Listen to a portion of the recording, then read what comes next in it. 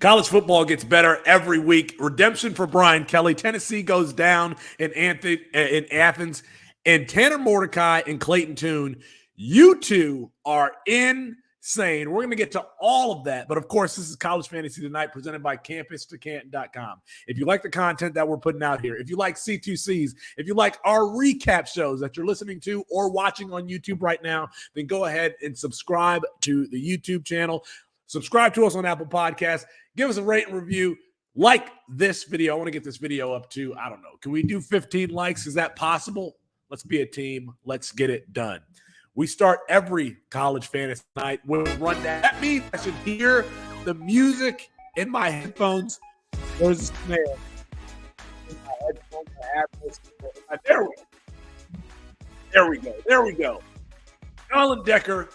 We start with Drake Maye, UNC, and Virginia. UNC was favored by 7 in this one. They don't cover, but they do get to win 31-28 on the road against Brennan Armstrong and that Virginia Cavaliers team. Drake Maye continues his hot streak, Colin, but not only through the air. This time, he shows his dual threat ability.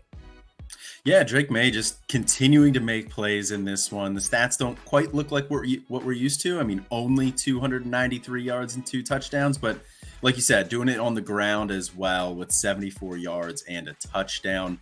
UNC, the 7-point favorite in this one, and then UVA, Virginia, missing their top 3 wide receivers coming into this game. Dontavian Wicks, Keaton Thompson, and Lavelle Davis. They actually led at halftime. They dominated the time of possession in the first half, led 14-10 at halftime, and then it was just kind of UNC on the way out there. Drake Maye, like we said, had a big day there. Josh Downs, even bigger day. 15 catches, 166 yards, and a touchdown on 16 targets. The UVA corners did an excellent job shutting down the wide receivers on the outside. Antoine Green, only 3 catches for 33 yards, but that left Josh Downs to have a monster day there. And then running back Elijah Green for UNC had a big day as well. He led the team in carries, 22 carries, 91 yards, and a touchdown. Also had 22 yards and a touchdown through the air as well. On the UVA side of things here, it was just the ground game for them that got it going. They totaled 186 yards and 4 touchdowns on the ground. Brennan Armstrong had a nice day in this one, at least on the ground, 2 touchdowns there. Through the air, not quite as much, 17 for 35, 232 yards and interception. And Sackett Wood Jr., the tight end for Virginia, had a nice day, 6 catches for 94 yards. But those were really the only 2 notable performances here in this one. UNC just kind of rolled through this one, and Virginia kept it close, but UNC could have put it up at the end. I've been touting Josh Downs all year. I think that he is a late first-round draft pick. He can do everything. He can play inside. He can stretch the field. He goes up. He gets contested catches. He should test very athletically based on what he did coming in to college and what you see on the field. I believed in him enough. Earlier this year, I traded Saquon Barkley in a C2C league for Josh Downs in a supplemental first. Man, if you are starting him in C2Cs, you got to love having him every single week. He's playing the bank. Antoine Green, on the other hand, had the big, huge game last week. He cools off a little bit this week, but he is on the field catching passes from Drake Maye, and you can't hate that. We're getting ready to go into the playoffs in C2Cs. Josh Downs, Drake Maye, locked in if you've got them on your teams. You also covered, Colin, for us, UTSA. We're going to Conference USA, UTSA, and UAB.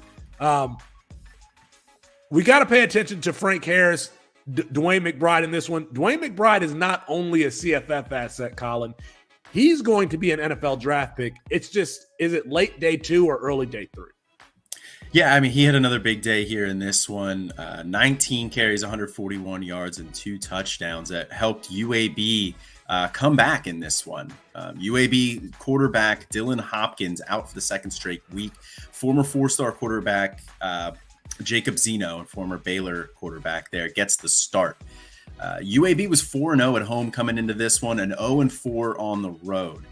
UTSA opens up 99 yards on the opening drive. They get a big play to a big man, 54-yard touchdown or 54-yard pass to Oscar Cardenas, the 285-pound tight end. And that guy was just really interesting to watch out there running around. He is a monster. But DeCorian Clark, the leading wide receiver for UTSA, leaves the game in the first quarter with a pretty gruesome knee injury. They had to bring the card out for him. It didn't stop UTSA, though. They jumped out to a 13-0 lead. UAB battles back, scores 14 straight points to end the game, forces an overtime. They do end up falling 44-38 in this one, though. Like you said, Frank Harris is a guy that we have to be paying attention to, at least for fantasy here. 22 for 31, 285 yards, 4 touchdowns, another 35 yards on the ground. Zachary Franklin, the leading wide receiver after Clark went down, 7 catches, 93 yards, and 2 touchdowns. But the big story for UTSA outside of that injury is the freshman running back, Kavorian Barnes. Gets 16 carries, 114 yards, and a touchdown, 2 catches, 38 yards through the air. And this is an offense that had Sincere McCormick put up a lot of points last year. They've been splitting carries around this year here. I think it's worth keeping an eye on Kavorian Barnes down the stretch and then into the beginning of next year as well. On the UAB side of things, Jacob Zeno, like I said, former 4-star Baylor quarterback here, got the start. He had an impressive day. He started a little shaky with an interception, but rebounded nicely. 27 of 38 for 332 yards and 2 touchdowns. He also added 37 yards and a touchdown on 15 carries on the ground. And then, like I said, Dwayne McBride was the focal point of this offense here. 114 yards, 2 touchdowns. That's a day at the office for him. He went over 3,000 career yards in this game. I would be interested to see if he ends up coming back next year because he does have one more year of eligibility to try and get that record at UAB. The wide receivers for UAB, 2 of them had a nice game here. Tajon Palmer, 8 catches, 110 yards, and a touchdown. And then Trey Shropshire, 7 catches, 97 yards, and a touchdown. If you started either of those, you must be pretty happy with that performance. Dwayne McBride if he declares for the NFL draft this year, he's probably going to be a day 3 pick. You're talking about getting him in the 3rd round of dynasty rookie drafts. That's an excellent value and why we told you to invest in 2023 picks. On the other hand, Kavorian Barnes, you need to put him on your watch list. Go ahead and go into Fantrax and add him to your watch list in every single league. Frank Harris, the left-handed quarterback there. I don't know that he has a future as an NFL quarterback, but I think that he's athletic enough that he can make the transition to wide receiver and maybe find a role at the next level. All right, Colin, down goes Frazier. I don't know that Clemson is a heavyweight. We kind of believed that they were relying heavily on their defense, that their offense wouldn't be able to carry them. They only scored 14 in this one against Notre Dame. Notre Dame 35. Clemson was a 3.5-point favorite on the road at Notre Dame, but Notre Dame takes this one again, 35-14. DJU, how did he look, Colin, today? DJU, another shaky performance here from him in this one. The draftniks said that he's performing well. He's going to be a first-round draft pick, DJU. Yeah, not as much here in this one. He actually gets benched again for Cade Klubnik. He has 217 yards on 39 attempts, 5.6 yards per attempt, 1 touchdown, 1 interception. Like I said, Cade Klubnik comes in for him, throws 1 pass, gets intercepted, and immediately gets benched again. Now, it was a windy day here in this one, so maybe that affected some of the passing here, but Notre Dame was all over Clemson from the very beginning. They block a punt and score right away. Notre Dame's offense ran all over Clemson's vaunted front 7 to the tune of 265 yards and 2 touchdowns. And then Notre Dame's defense came out in this one and held Clemson scoreless up until the fourth quarter. They had a huge game from 4-star true freshman corner Benjamin Morrison. He had 2 touchdowns and an interception in this one. Clemson's running game never really got going. They had 90 yards total on the ground. That's their lowest amount on the year and their only game under 100 yards. No real standout fantasy performance from anybody on Clemson's side. Tight end Davis Allen, 7 catches for 60 yards was probably the bigger performance there. One thing to note, though, is Adam Randall, true freshman wide receiver. Looks like he is back in the rotation here after suffering an ACL injury in the spring. He's been kind of working his way back. He gets 2 catches for 27 yards. I believe that puts him off of the year 1-0 list. We got to like to see that, especially with the injury. Will Shipley in this one, 12 carries for 63 yards. He has 5 catches, but only 17 yards. Phil Maffa is the backup there for Clemson. He only had 3 carries for 11 yards in this one. You mentioned Davis Allen. Antonio Williams, the speed slot wide receiver there for Clemson, 4 catches for 26 yards in this one. He's going to have better days, maybe, just maybe, when Cade Klubnik starts, maybe later in the season. Go ahead, Colin. Yeah, for the Notre Dame side of things here, it was really the running backs. Logan Diggs and Audric Estime both going over 100 yards in this one. Diggs, 17 carries, 114 yards. Estime, 18 carries, 104 yards, and a touchdown. Drew Pine has a pretty ho-hum day, 9 for 17, 85 yards passing, 1 touchdown. He does get a touchdown on the ground, though. So if for whatever reason you started him in fantasy, that saved his day a little bit. And then Michael Mayer, just another day at the office for him, just punching the clock. 4 catches, 44 yards, and a touchdown. There was a point at which I thought that Chris Tyree, he was the only healthy back early in the season, that he was going to be 1,000-yard or 1,200-yard rusher, filling in for Kyron Williams. He's like 3rd on the team in carries this year. So it's not the speedster. It's Diggs. It's Estime there pounding the rock for the Golden Domers. All right, Colin, we appreciate it. That brings us to Tennessee and Georgia. This one might have been over when the Volunteers got off the bus in Athens. It was 14-3 at the end of the first half, or at the end of the first quarter. It was 24-6 at the end of the first half. The final score 13-27. Georgia covers that 9-point spread. Hendon Hooker, everybody's looking for that third QB. Hendon Hooker, 23 for 33, 195 yards, just 6 yards per attempt, no touchdowns, 1 interception. I took the under on 30.5 rushing yards for Hendon Hooker today. He has 18 carries for just 17 yards. So that one hit if you were listening to us on either the tailgate or the Better Sports Show this morning. Cedric Tillman locked up Kylie Ringo in company, putting the clamps on this Tennessee wide receiver core. Cedric Tillman, 7 receptions with just 68 yards. There was an excellent interception from Ringo where he essentially stacked Cedric Tillman and got the catch there, boxing him out. Jalen Hyatt, his hot streak comes to an end. Just 6 catches for 63 yards. Brew McCoy, shout out to Burning the Red Shirt, and Chris K there, 6 catches, 38 yards in this one. Against Georgia, that's not that terrible. On the Georgia side, now we're putting Stetson Bennett in the same conversation with Bryce Young. That's what I hear on the timeline today.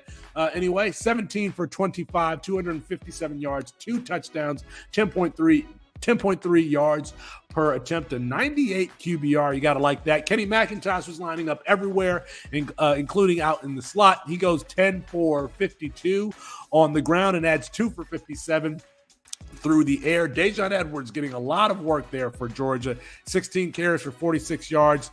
Kendall Milton, where art thou?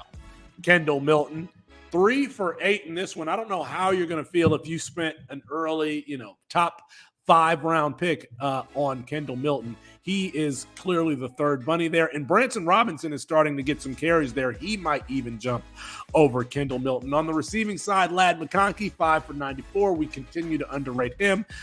Arian Smith does what Arian Smith does. 1 catch for 52 yards. Brock Bowers doesn't have the long touchdown today. He adds 3 for 27. Marcus Rosemy-Jack Saint, he got in the back of the end zone. You'd love to see him healthy. 3 for 20 and 1 touchdown. That's Georgia, Tennessee. We got to figure out who's going to be in the playoffs now with Tennessee going down. Georgia's going to be the number 1 team in the country that they already should have been, quite frankly, especially when they stomped Oregon early in the season. That brings us to Alabama and LSU. This was the best game on the day. Georgia and Tennessee had the headlines, but when it came down to it at the end of the night, this one went down to the wire. It was a nail biter. LSU wins by 2 with the 2-point conversion on the play that every single team from NFL to college, they all run the same flat play rollout. You got a right-handed quarterback. You put the ball on the left hash. You roll them out, and they throw the ball to the flat to a wide receiver breaking behind a twins formation. They run it every single time. I don't know why nobody stops it. Bryce Young in this one drove late to put the Crimson Tide up before we went to overtime. 25 for 51 in this one, 328 yards passing, 1 touchdown, just 1 interception. Ran a little bit more than usual, 4 carries, 10 yards, no touchdowns. Jahmyr Gibbs keeps producing, 15 carries, 99 yards. He also adds 8 catches for 64 yards. I think that there's an argument for him to be the RB1 in the class in 2023. He's not going to be. I still think that he's going to be a first-round pick. And if you look at mock drafts, you see him falling to that 28, 29, 30 mark with the Kansas City Chiefs. Could you imagine Jahmyr Gibbs with Andy Reid? It would be like Andy Reid had Brian Westbrook all over again. Jace McClellan adds 4 carries for 17 yards, no touchdowns. They brought in Roydell Williams to be the hammer. He has 7 carries for 11 yards and 2 touchdowns. We thought that Ja'Cory Brooks would claim a stake in this wide receiver core. He has 7 catches for 97 yards and gets the touchdown that put Alabama up late, even though LSU came back and tied it to go to overtime. Jace McClellan had 2 for 74, a long catch there. Cameron Latu, the tight end, 3 for 50. Jermaine Burton, can't do anything with him, 2 for 19. JoJo Earl, 1 for 15, but that 1 catch he had was on a late drive. No Isaiah Bond in this one. On the other hand, Jaden Daniels, the transfer from Arizona State, goes to join Brian Kelly's LSU team that we were all laughing at earlier in the season. He gets the win, 22 for 32, 182 yards, 2 touchdowns. He also adds 18 carries for 95 yards and a touchdown for the Tigers there. He's doing the things that we want to see from Anthony Richardson. So what is Jaden Daniels' draft stock going to look like? Probably going to be a day 3 pick. Might want to invest in him. Josh Williams has 7 carries for 54 yards, 1 touchdown. John Emery Jr., remember his name, 5 carries for 26 yards, no touchdowns. On the other hand, Kayshon Boutte, this hasn't been his season, 7 receptions, 51 yards. Malik Neighbors, 6 catches, 49 yards. Mason Taylor, 3 catches for 36 yards. John Emery added 2 for 34, and Josh Williams, 3 for 7. That is it for Alabama LSU. It was an excellent game. I don't think I even said the score. I don't have the score in front of me. Went to overtime. LSU takes it with that 2-point conversion. Again, they run the same play. We'll see it when the NFL runs a 2-point play tomorrow on Sunday. You're going to put the ball on the left hash, roll the quarterback out to the right, throw the ball to the flat. They do it every single time. Matt Bruni getting in here for Texas Tech TCU. It seems like every time TCU plays a quarterback, that quarterback goes down and they end up playing against the backup. Today, Baron Morton, Zach Kitley's starter, goes down with the injury after the first or second drive. Yeah, unfortunately, Texas Tech was playing really well. It was only 2 drives with Baron Morton, which sounds crazy. They end up losing this game 24-34 to TCU. Baron Morton on the day, unfortunately, just 7 to 10 for 79 yards. The 1 touchdown, though, came on. They were down to TCU by a touchdown, and he drove 80 yards in 40 seconds on 3 plays. A big play to Jaron Bradley. It was like a 50-yard touchdown. And unfortunately, Bradley gets hurt in this game as well. He ends up with a concussion. It was that 54-yard touchdown there. You got J.J. Sparkman, who had a pretty good game, 46 yards and a touchdown. Miles Price got, I think, robbed of a catch. They said it hit the ground. To me, it looked like he had control. But this offense just did not look the same after Baron Morton went out. Tyler Shuck, was talked about as a first-round draft capital guy a couple years ago. came in last week for Baron Morton after they had benched him and Donovan Smith. He threw an interception, then comes back in, throws a pick six. Not much different today. I mean, he does throw a touchdown, but he throws another interception, does get a rushing touchdown.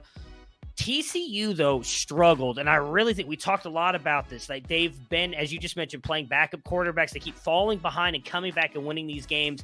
I feel like they're going to get bit one of these times. They did not play a great game today. I mean, Max Duggan just 12 of 23, 195 yards, does get the 2 touchdowns. None of the wide receivers were doing anything, and that may have been because Quentin Johnson was out. Quentin Johnson rolled his ankle again. They taped him up. He just couldn't go back in there. As you can see, Tay Barber just 62 yards, Savion Williams 38 yards on 1 catch. But it was Mike Valerie's guy, Kendry Miller, who came through to save TCU here. He was touting him all offseason, 158 yards and a touchdown every time they needed to get a big first down. They handed the ball off to Kendry Miller, and he got it for them.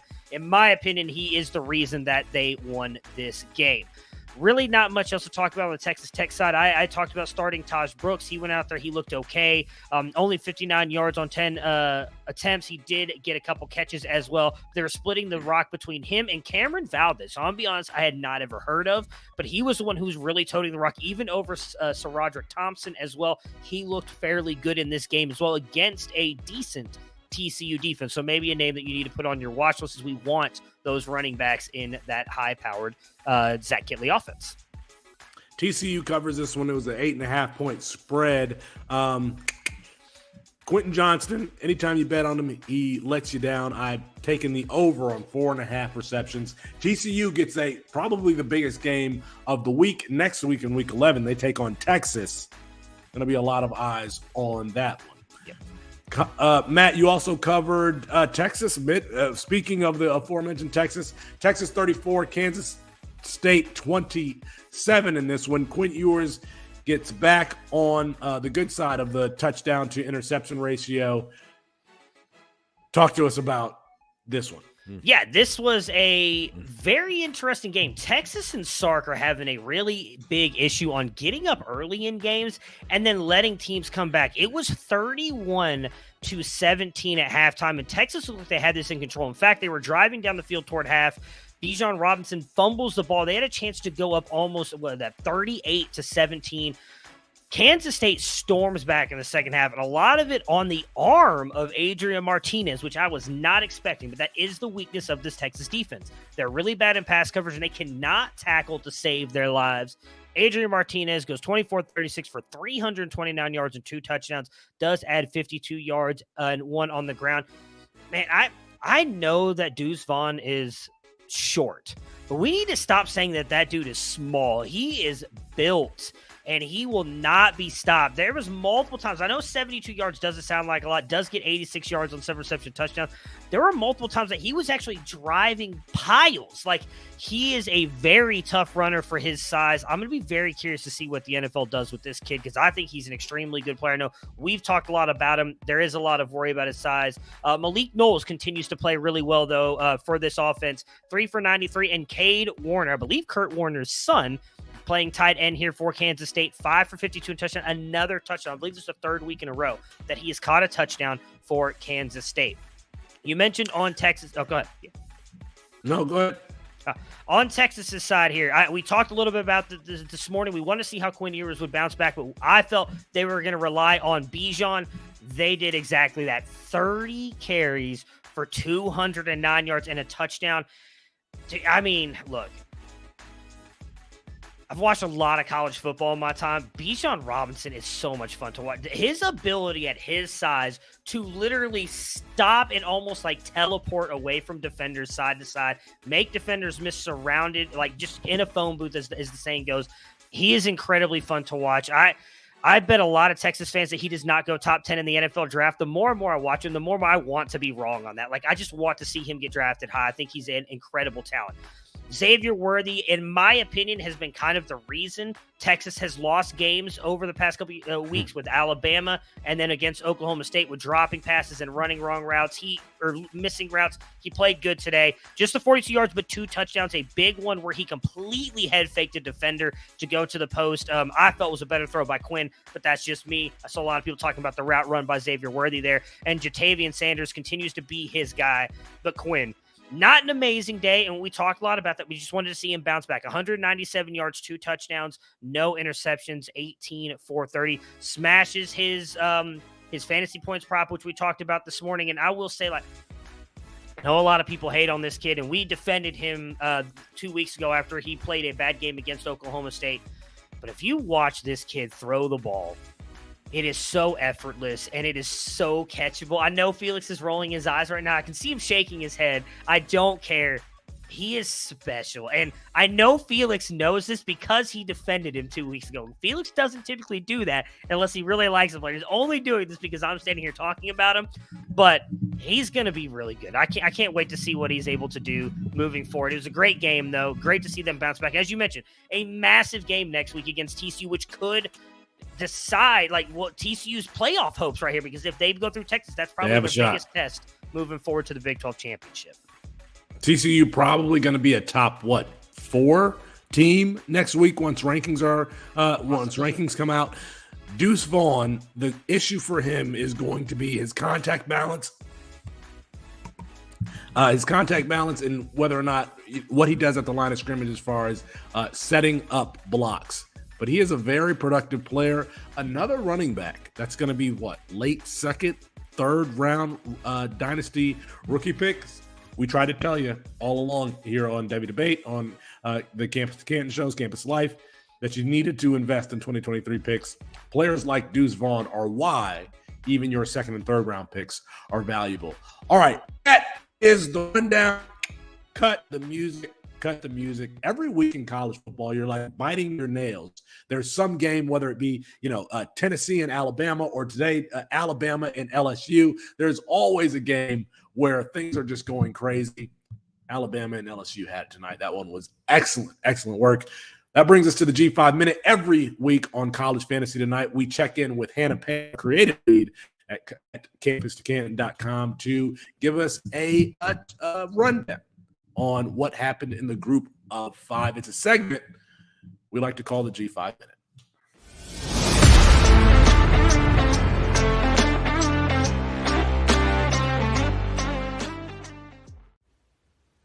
Hey everyone, this is Hannah Page with the G5 Minute. Each week I bring you highlights from the group of 5 as well as major G5 producers for the day.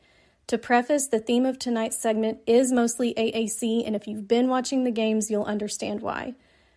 Right now, SMU leads Houston 63-42. Hold on, let me go check that score. Yes, that's 63-now 48. And if that's not wild enough, Tanner Mordecai is 26 of 33 for 331 yards and 8 touchdowns, connecting with receivers Dylan Goffney and Rasheem Rice, as well as tight ends RJ Maryland and Ben Redding. Meanwhile, Houston's Clayton Tune is 26 of 39 for 396 yards and 6 touchdowns, but has already thrown 2 picks. There were 91 points in the first half. It is on pace to beat the 146 points scored during the Texas A&M LSU game in 2018. Number 19 Tulane defeated Tulsa 27-13 and are now 8-1 and 5-0 in conference. The Green Wave running backs Tyjae Spears and Clayton Johnson have 14 carries apiece for a combined 263 yards and 1 touchdown. Spears has been on a tear as of late with 3 consecutive 100-plus yard games and at least 1 score in each. So since the USF game, Spears has 433 yards, 144.3 yards per those 3 games, 7.7 yards per carry, and 4 touchdowns. And how about Temple? Yeah, it was a 54-28 win over a 1-8 USF squad, but still, it's good for morale and building. Kurt Warner's son, E.J. Warner, went 27 of 36 for 344 yards, 9.6 yards per pass attempt, and 2 touchdowns. But brace yourselves, running back Edward Sadie had 334 all-purpose yards, 265 on the ground, and 3 touchdowns. He had absolutely zero interest in being tackled, and he is the first Temple player with 100 rushing yards in a game since Raymond Davis in 2020. Look, the 265 yards are not par for the course for Sadie. South Florida made him look like Derrick Henry, but it is clear that they've been utilizing him more and more in the passing game, and the kid is versatile, so it's something to keep an eye on now and for the rest of the season and moving forward. And oh my goodness, there's so much to talk about. Liberty defeated Arkansas 21-19 and are now 8-1 on the season. I mean, look at the score. You can probably guess that there weren't any video game numbers. I think I mentioned sophomore Demario Douglas a while back, and here I am talking about him again. He had 7 receptions for 145 yards, 20.7 yards per catch, and 1 touchdown. And I am adding Dwayne McBride to my Did Kalen Laburn surpass 100 yards again tracker. The answer is yes to both. In a double overtime loss to UTSA, McBride had 19 carries for 141 yards and 2 touchdowns. And in Marshall's 12-0 total domination of Old Dominion, Laburn had 31 carries for 139 yards. That'll do it for the G5 Minute. Oh, one more thing. And if you're wondering how future AAC member Charlotte did today, the 49ers faced Western Kentucky and lost 59-7. Gotta love those big city markets. I'm sure SMU is shaking in their boots. People are wondering how to play campus to Canton leagues. What you do is you have those Power 5 players carry you through the non-conference schedule, and then the G5 players, when you get late in the season and they're playing against each other, you start Austin Reed, you start Malachi Corley, you start Dawood Davis, you start Dwayne McBride, you start Tanner Mordecai and Clayton Tune and Nathaniel Dell, and they'll bring you college fantasy success. Lil Wayne has weighed in. Rapper Lil Wayne has weighed in on the LSU Tigers win today. Roll Tide, roll one the F up for them Tigers. It's up, we litty. Louisiana State little University. Hope Bryan uses his Southern accent at the podium. Wheezy is weighing in, boys. All right, Colin Decker, Matt Bruning. We got to talk more about what happened this week. Oh, boy. How can I be kind on this one? Because Jim Nagy has a lot of weight in this area, but he was on his Skip Bayless, at least in my opinion, today, putting Stetson Bennett and Bryce Young in the same conversation. I guess there are 2 questions. One, what was your reaction? I'm going to find the tweet, Colin, while you talk, so I can say verbatim what it is that Jim Nagy said. But what are your thoughts about Stetson Bennett and whether or not he's an NFL draft pick? And what were your thoughts about Jim Nagy's comments, which I know I haven't given you, but I will. Just go ahead and talk for me so I can. Yeah, so I'll start with Stetson Bennett as a draft prospect here. I mean, is he going to get drafted? Probably. He'll probably get taken in like the 6th or 7th round. He's a Georgia quarterback. He's got a little bit of mobility to him. He has a national title. Some NFL GM is going to convince themselves that matters. Is he going to be long for the league? No, I don't think so. I'd be surprised if he gets out of his first contract, that's not a knock on this kid. I mean, he was a walk-on at Georgia and leads them to a national title. He is going to be a Georgia legend forever. But just because you're a college legend doesn't mean it's going to translate to the NFL. I don't see NFL tools when I look at him there, and I don't think he belongs in the discussion as a draft prospect. Here are the comments from Jim Nagy, tweeted about 7 hours ago. Hard to have Bryce Young as a top QB in the draft with top 5 pick and say Stetson Bennett is an undrafted free agent. Being little guys is biggest knock on both. I don't know that that's the biggest knock on both. Young undoubtedly has more arm talent, but in no way should there be that big of a discrepancy in draft grades. If you want to look up the definition of ratio, as far as it pertains to Twitter, you can go ahead and take a look at Jim Nagy's tweet there. He's on one. Matt Bruning, what was your reaction to Jim Nagy's comments? It was bad. If I'm being honest, I think a lot of it is driven by his product, and I don't necessarily think there's anything wrong with that. He wants players to come to the Senior Bowl, and I feel like that's exactly what he's saying.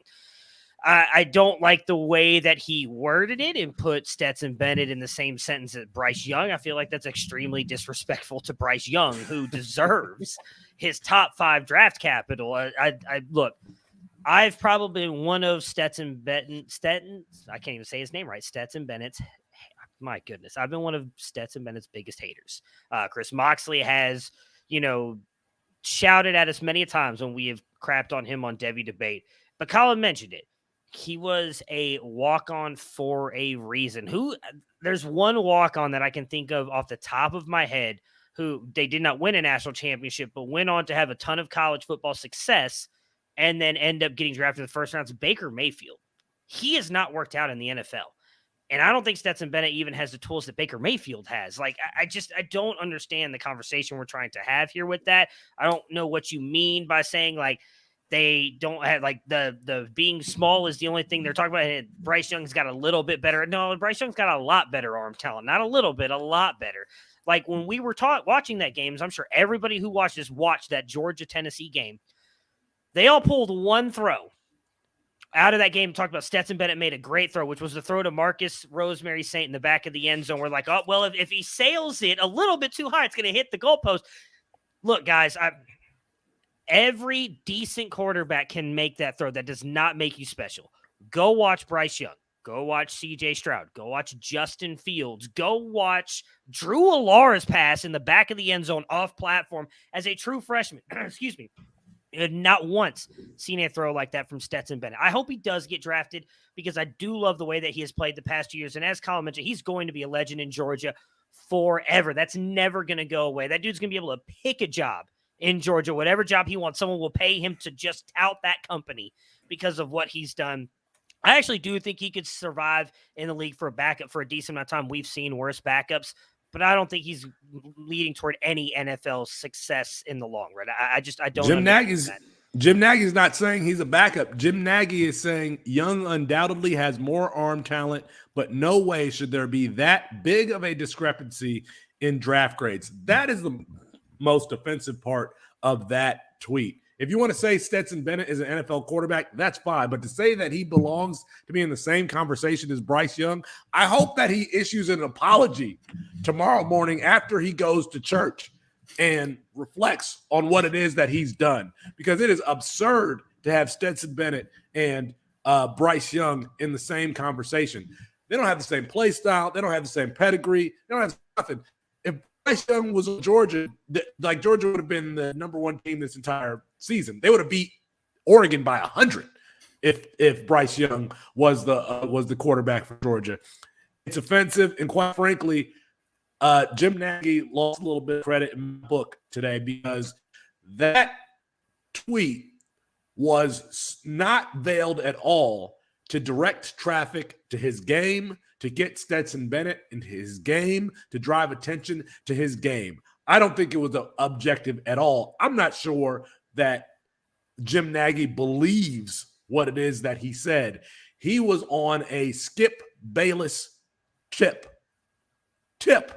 today.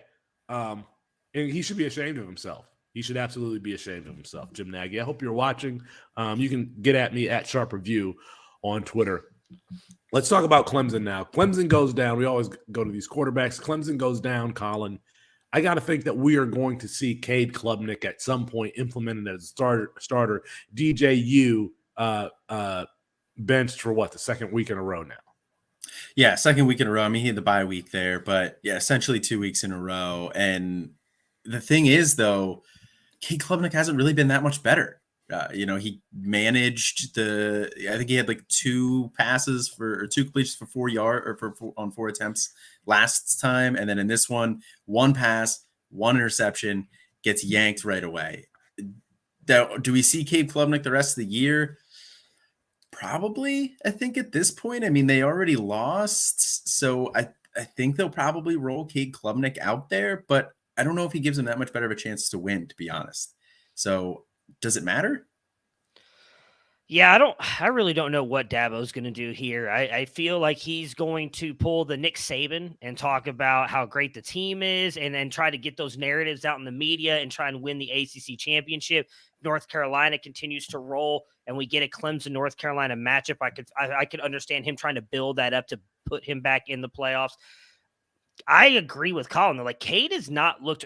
That was a bad throw that he made today. It was a bad throw. He tried to do way too much. Maybe that was a little bit of freshman hero ball gets put in. He's trying to do something, galvanize his team, and it just backfired. I don't understand why they then just pulled him out and put DJU back. The game was over to begin with, Dabo. Like, I feel like that probably hurts his confidence even more. You don't even let the kid go back out to try and make up for it. Just throws one pass, not you're done. We're going to throw the guy in that we just pulled him out for to put you in, and we're going to pull him out now too. It made no sense to me whatsoever. But we've talked about that. I feel like Dabo is a bad coach to begin with. He's a horrible recruiter. Like, no idea what Clemson does, and I really hope they just continue to flame out the rest of the season, if I'm being honest, because I just don't think they're a good team. And I think we kind of got exposed to be frauds today, because Notre Dame is not a good team either, folks. And they just put a beating on Clemson. So I hope we do see Cade, in the fact that I'd like to see him get playing time and continue to hopefully progress moving into next year, where I assume he'll be the starter. But with Dabo, you never know. We might see the third string quarterback going at this point. Who knows? Bring back Tyson Fomachan. He's not there anymore. He's at bring him back, right? Yeah, bring him back. Oh, bring him back. Bring him back. Bring him back. Yeah, they put his Achilles back on so they could. He owes them. He owes them one. In the NFL, there's the discussion about whether or not landing spot matters. You should not consider those arguments when it comes to college football and projecting recruits. Landing spot absolutely matters. When your offensive coordinator is Tony Elliott or a Tony Elliott disciple, that's not great. If you're a wide receiver at Michigan, that's not great. If you're a quarterback at Ohio State or USC, that's where you want to be. Now Texas with Steve Sarkisian, landing spot matters. And so I don't trust DJU. I don't trust Cade Klubnik. This is why I had him ranked a little bit lower than what he was. He was, a five-star player, won the Elite 11. When you land in Clemson, if you aren't a generational talent like Deshaun Watson, like Trevor Lawrence, it's hard. It's going to be hard to elevate that offense. A very simple offense. Think about the wide receivers like Adam Randall, Antonio Williams, Bo Collins. All of them would start for Alabama. Absolutely all of them, and they cannot get any offense going. I don't know what to think about this team. What you hope is that these players stay healthy and then they have more production at the NFL level. But I don't know. I heard the Draftniks say after DJU played Wake Forest, he's going to be a first-round draft pick. No, I told you that there was a sell window is open, and it wouldn't even have cost a first for you to get DJU Uiagalelei from me. It will cost a first and more than a first, probably multiple first, for you to get Drake Maye from me, Colin. The reason why I want to ask this question, where should he be ranked amongst quarterbacks? And the reason why we're asking this question is when you think about CJ Stroud and his flaws and the fact that, everything has to be clean, he has to be well protected. Drake Maye has just as much passing prowess as CJ Stroud, but he can improvise. He had 74 yards rushing today. He can throw off platform. He has no problem being an athlete. Now he is somewhat of a string bean and a beanpole out there. He can put on some weight. He can afford to put on some weight. But Chris Moxley brought this up on Twitter. Why isn't Drake Maye the number 2 quarterback in our rankings? Yeah, he's very comfortably inside my top 5. I think the top 5 are solidified with, in some order, Bryce Young, CJ Stroud, Caleb Williams, Quinn Ewers, Drake Maye. End of discussion there. Nobody else is even close to those guys at this point in time. But as far as where he should be ranked, I have him ranked 5th right now. I'm a little bit slower to move on quarterbacks. We saw it with DJU 1 year, where he's lighting the world on fire. Then the following year, he just completely falls apart. We've seen it from a couple of other players too. So I'm a little slower to move on quarterbacks. He's jumped the furthest in my rankings amongst quarterbacks. No, not even close. I think he was before the season was probably down closer to 15 to 20 range. Now he's up at 5 very comfortably. So he definitely needs to be in that discussion. I'm a little more conservative with it. So I still have him behind the other 4 there. It's not to say that he couldn't have a better career than Stroud, because like you highlighted a couple of issues with Stroud. It's not to say he couldn't have a better career than Young. There's a couple issues with him too, just beyond size. Same with Williams and Caleb Williams and Ewers. I think there's some small flaws with all these guys that I could see justification for putting him higher than 5, but he should be no lower than that. Man, I may be approaching this with my Tar Heel glasses on here, but I don't find many flaws in Drake May. Yeah, I was gonna say the same thing. What flaws has Drake May shown? At least when DJ Uiagalelei was playing, we knew that he couldn't move, that he wasn't an athlete, and he had Clemson's offense. I'm sorry to cut you off, Matt, but you're good. I don't know what flaws Drake May has. Yeah, I think the system too has to do with it. I could see that. I was going to bring that up. But that's another reason why I don't understand why he shouldn't be one for us at C2C, because Phil Longo, look, he's technically a redshirt freshman. He's a sophomore. He was there last year. He had a chance to learn on the system behind Sam Howell. The dude is putting up 30-plus points a game he's by far the number 1 player right now in scoring for C2C leagues. Even if, say, he goes into his junior year and the draft people are telling him, no, you're probably a 3rd or 4th round pick. If he comes back from it, you're getting 3 years of this production from him. You're not getting this from Bryce Young and CJ Stroud. CJ Stroud wasn't even this good last year when he was putting up the numbers that he was putting up. You're not getting that from Caleb's actually been close. He's put up a couple 50-point games. You're not even getting that from Quinn, who I love. Like, you're not getting it from those guys. Like, this is a Bailey Zappi type year, but with a kid who actually has NFL draft type potential. And Bailey Zappi went in the 5th round. What about next year, though, without Downs? But he's not just doing it to Downs. We saw Antoine Green the past 2 weeks had massive weeks, and Downs was not that good. Like, he has no issue spreading the ball around. And we've seen Kyle Francis brought this up a long time ago, actually with a show that him and Felix did together. Phil Longo produces these wide receivers at college. It seems like they don't get drafted that highly in the NFL, but it had De'Ame Brown, Daz Newsome, all those guys. Like, they always seem to find these guys. Like, would we be that surprised? No, we're kind of out on him now because he's a year 1-0. Would we be that surprised if Andre Green all of a sudden pops off next year and is the dude with Drake May? I wouldn't be. Like, he's 4 for me.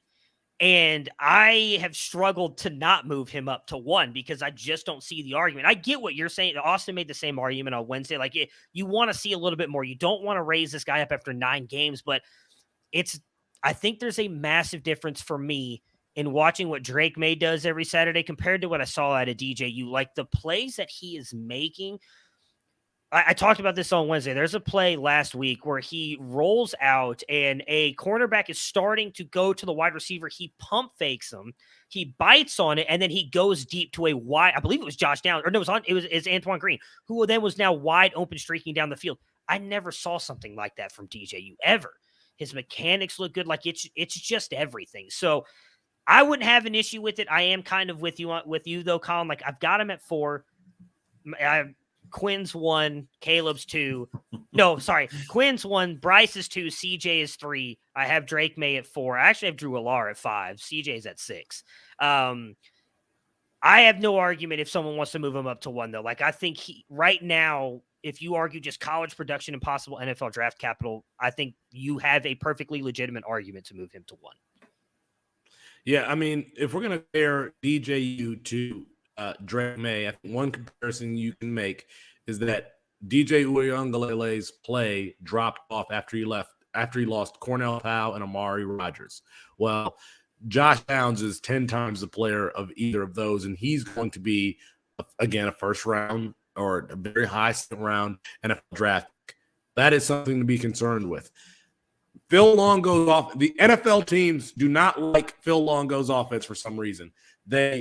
Sam Howell was drafted lowly, DK Metcalf, AJ Brown, but we don't know why. We don't know what it is that the NFL doesn't prefer in that particular offense. So we can't really use that. But Matt, one thing that you said about pump fake, he reminds me of Ben Roethlisberger with the way that he uses pump fake to move corners, to move safeties. And I think that that's going to be a part of his game moving forward. If he's doing it in college now, he was doing it early in the season. Like in the red zone, he was pump faking one way to get a guy to move and then throwing it another direction. So I don't know what the flaws to his game are, Colin. Yes, he's only played 9 games, but in college, we might only get 16, 17 games to evaluate a player before they declare for the NFL draft. So if you don't move him up to 1 now, and he's already rostered, if you're doing a startup today, that might matter. It doesn't matter if you've already, if you're in leagues that have been long existing, he's already rostered. But point being is you don't get that much time to evaluate players. That's part of the difficulty. We have to make decisions on players much earlier than the dynasty community does. The dynasty community gets 3 years of film, 3 years of evaluation to figure out what it is that they're going to do with a player. We don't get that much time because by the time players dropped, Kendry Miller, how much is it going to cost you to get Kendry Miller now? How much is it going to cost you to get Josh Downs or the aforementioned Drake Maye, even with just 9 games? You can go buy players like Andre Green right now because we haven't seen him play. But Drake Maye, that ship has sailed. You'd have to give everything up to get a player like Drake Maye. So I don't have an issue with making him number 1 either. But I really need to go. If I'm going to split hairs between these quarterbacks, then I can't do it just like in a vacuum or generalizing our box score scouting. I got to go watch tape and figure out what their strengths are. Can they put the ball into tight windows? Do they read coverages? Do they go from the first read to the second read? All that type of stuff. How do they feel pressure? And I'm not prepared to do that with Drake Maye just now. So, all right. That is the panel. Colin, get out of here. Get out of here. Me and Matt are going to close the show, but good job. Good job tonight, Colin. We got to tell Colin good job because Austin never does. He's a bully. He is a bully. Tweet at Debbie Dietz on Twitter. You're a bully. Tweet at him. All right, Matt. Let's check in with the games on the left coast that might still be going on. This Cal USC game was a pretty low scoring when I last took a look at it. Last looked at it before we went live. What is that one looking like now? It is still fairly low scoring, 20-7 at halftime. Caleb Williams, just 203 yards through the air, 1 touchdown. Doesn't have much on the ground. Does have a touchdown, but just 6 yards rushing. Taj Washington, though, stepped up last week with both of those top weapons out, doing it again this week, 104 yards through the air. Mario Williams has yet to see a catch. I don't know if he's injured still or what's going on. We know last week he was kind of kept out for they really specified what. He was kept out. He is not even in the box score right now, has not registered a snap. Travis Dye has got 39 yards and a touchdown on 7 carries. The only person we really care about on Cal's side is Jaden Ott. He has currently got 39 yards and a touchdown right now for the Cal Golden Bears. I started Jake Haener and stacked him with Nico Remigio. I started some Jordan Mims. I knew that this Fresno State team wasn't playing until midnight, and I love the ability to be down and to have a stack that starts at midnight, and then you wake up at 7 o'clock in the morning and you see if you won. They get Hawaii at home. That's another reason to start Fresno State players. How's Jake Haener, who had his first game back from injury last week? How are the Bulldogs looking there in Fresno? Well, if you did start those guys, you're likely already going to be going to sleep happy. They are going just now starting the third quarter. Fresno is up 31-0. Jake Haener is 18-23, 178 yards, 2 touchdowns. Mims, 98 yards on the ground and 1. Remigio, just 54 yards on 4 receptions. His touchdowns have actually gone to Eric Brooks and Jalen Moreno Cropper. Those are the 2 that have caught the touchdowns. They've done much to just 40 and 34 yards receiving. So not a big day for Haener, but 2 touchdowns. That matters. 170 yards. Looks like they're going to be continued. They're already driving down the field as they just got the ball in the third quarter. And nobody on Hawaii has done anything. They have not even eclipsed 100 yards total. So that's what we figured. You got to love the other nuance about college football. It's a little difficult when you're searching for names on fan tracks. Jalen Cropper is now Jalen Moreno Cropper. Tavian Sanders. That's what we knew him as coming into college. Now he's JT Sanders. You got to love trying to track these players. Arizona State and UCLA. UCLA still believes that they have a chance at least a New Year's Six bowl game. How's that one looking? They're up 28-10 right now. Dorian Thompson-Robinson, 154 yards through the air, 2 touchdowns, 75 yards on the ground. Zach Charbonnet, I have not had a chance to see. He has not taken a snap He's yet. out. He's out. Okay, I did not know that he was out. Yep. So he has not taken a snap today. So all of the running has come from Dorian Thompson-Robinson. Jake Bobo, 33 yards, kind of leading the receivers there. Arizona State side, Trenton Bourgo, who Chris Moxley gave you a couple props on this game, 124 yards and 1 touchdown. So he's making his way toward that 11 points. He's almost eclipsed that. Nothing on the ground. Xavier Valade has got 49 yards through the air and 34 yards on the ground. He is their leading practically all of their offense right now. Keelan Jones, is there a running back that's getting carries? Because we need to know who's going to be the running back next year for Chip Kelly. UCLA, it has been Allen. I don't even know what his because Kazmir Allen, the wide receiver, has the most carries for them right now with 4. Keegan Jones has 3 for 16 yards. Okay. All right, Matt, you ready to close out the show? Let's do it. Let's get into next week's storylines. Maction rolls around next week. We had, 2 games on Tuesday and Wednesday. This week, we get 3 games each on Tuesday and Wednesday. So set your TVs up and pay attention to Maction. Your boy, Matthew, TCU, Texas. That's probably going to be the biggest game of the week next week. Yeah, highlighted by the fact that Fox is going to Ohio State, Indiana for some reason. That's the big noon kickoff. So that's how bad. No, I shouldn't say bad, but that's how many not big games we have. TCU Texas is going to be massive. Texas again still has a shot, surprisingly, at a Big 12 championship. They only have 2 losses within their conference, but TCU looking to go undefeated and possibly make the playoffs. They have got a chance. Texas is their biggest stop, I think, before they get to the Big 12 championship. If they get that one, I think they'll probably be ranked 5, maybe 6 this week. Michigan, I think, will probably move up into 4. We do have Alabama and Clemson dropping out of the top 6. So TCU is definitely moving up. If they get that win against Texas, could be massive toward going to the playoffs. If I give you the game total between North Carolina and Wake Forest at 61.5, you going over or under? I'm taking the over. But Wake Forest didn't look that great today against NC State from what I saw, but Drake Maye is going to be able to put up points, and I think if Hartman is able to get it together, they should easily go over that total. Should be a fun shootout to watch. I think we're waiting for that Wake Forest Army game where they both scored, 60, 70 points? It could be next week with North Carolina and Wake Forest. On the other hand, we now need to pay attention with the loss, with Alabama's second loss, with Tennessee losing. I think we need to pay attention to Oregon and where they're going to be when it comes playoff time. They take on my Michael Penix Jr., the fighting Michael Penix Jr.'s Washington next week.